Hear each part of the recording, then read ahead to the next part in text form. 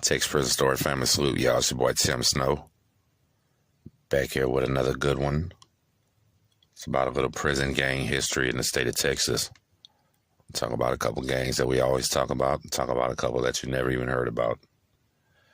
Make sure you sit back and listen to the whole thing. It's pretty interesting. A lot of people argue about which gang was first when they came out, things like that. I've actually located here a Justice Department report. And they have entire access to the TDC files, and they laid it out right here. It says Department of Corrections in Texas statistics showed that in March 1983, there was only one prison gang, the Texas Syndicate, and it had 56 members that year. 2.5 years later, 8 inmate gangs, along with several other small groups, formed, and a reported membership totaled 1,400.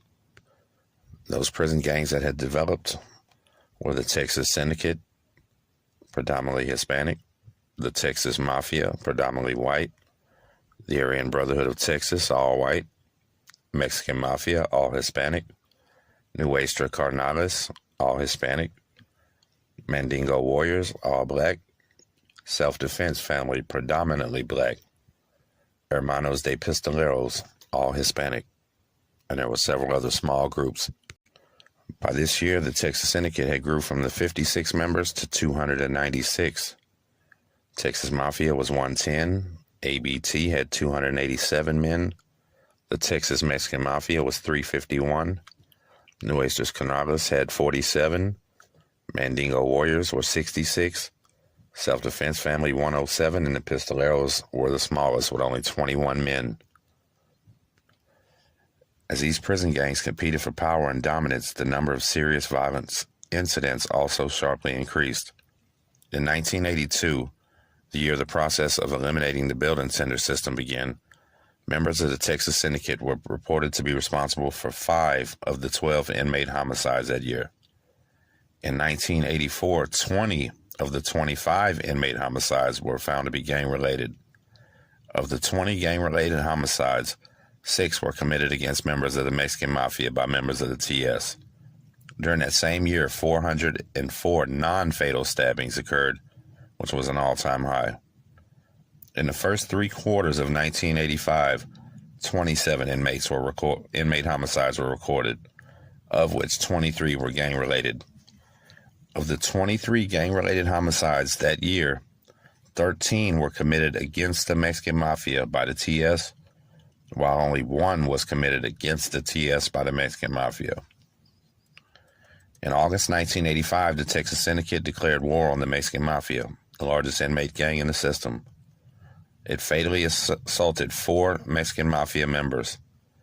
September 1985, after considering all available strategies, the director of TDC ordered an emergency detention of all gang members, which still continues today.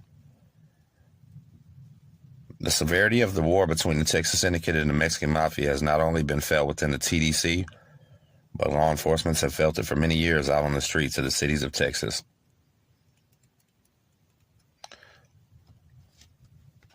Formed in 1978 by a group of inmates who previously served time in the California prison system, the Texas Syndicate, with confirmed membership of 241, is the oldest and the second largest inmate gang in the Texas Department of Corrections. The Texas Mexican Mafia, less than 2 years in existence at the time of this article, has a confirmed membership of 304 and is the largest inmate gang in Texas. Hierarchically, both gangs are organized along paramilitary lines, and the Texas Syndicate is headed by a president and vice president who are elected by the entire membership. With the exception of the president, vice president, chairman, and vice chairman, all other low-ranking positions are filled by individuals with outstanding criminal activity performance. Their main opponent, the Mexican Mafia, is composed of a president, vice president, regional generals, lieutenant, sergeant, and soldiers. All ranking positions in the Mexican Mafia organization, excluding the sergeants, are elected. There's no system designed to avoid inter-gang conflict, and leaders keep their ranks and titles upon reassignment of prisons. Each group has strict rules and a constitution. The Texas Syndicate has 8 rules. Number 1, be a Texan. Number 2, once a member, always a member. Number 3, the Texas Syndicate becomes before anyone and anything. Number 4, right or wrong, the Texas Syndicate is always right. 5, all members will wear the Texas Syndicate tattoo. 6, never let a member down. 7, all members will respect each other. 8, keep all gang information within the group. Now, the Mexican Mafia has 12 rules. Number 1, membership is for life. Blood in, blood out. Number 2, every member must be prepared to sacrifice his life or take a life at any time when necessary for the Mexican Mafia.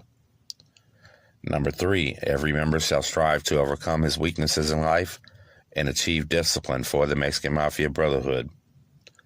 Number 4, never let the Mexican Mafia down.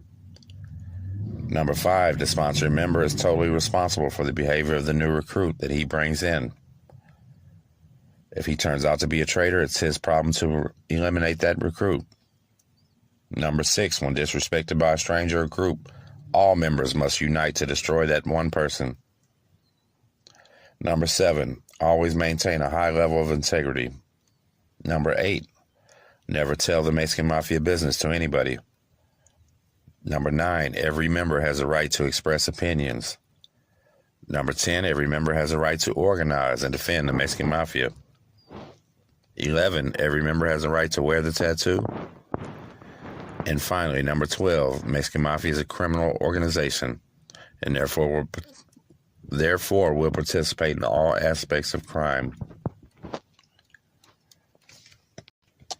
Initially, it was predicted that the Texas Syndicate and the Mexican Mafia would differ from each other in terms of organizational structure, leadership style, methods of recruitment, gang activities and goals, strategies, and activities outside.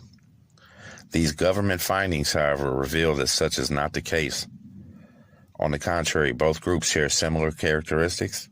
A characteristic that may result from this study is that they are both financial organizations. That's the real facts, y'all. They're just there to make money. Don't get in their way, won't be no problem. And as you see, these are some old articles I'm reading, but there's not very much the government hasn't known for a long time. There's been gang dropouts. There's been informants, prison rats, all that type of stuff since it began. That's how they were able even to lock everybody down. But I just wanted to let everybody know how it started here in Texas. And it hasn't stopped yet, y'all. Big salute, Tim Snow, Texas Prison Stories.